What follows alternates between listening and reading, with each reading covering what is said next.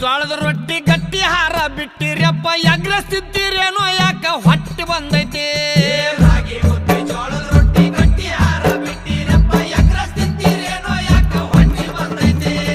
ಕಾಲ್ ಕೆಟ್ಟೈತಂತ ನೀವು ಕಟ್ಟಿ ಮೇಲೆ ಮಾತಾಡ್ತೀರಿ ಕಾಲ್ ಕೆಟ್ಟಿಲ್ಲಪ್ಪ ನಿಮ್ಮ ತಲೆ ಕೆಟ್ಟೈತಿ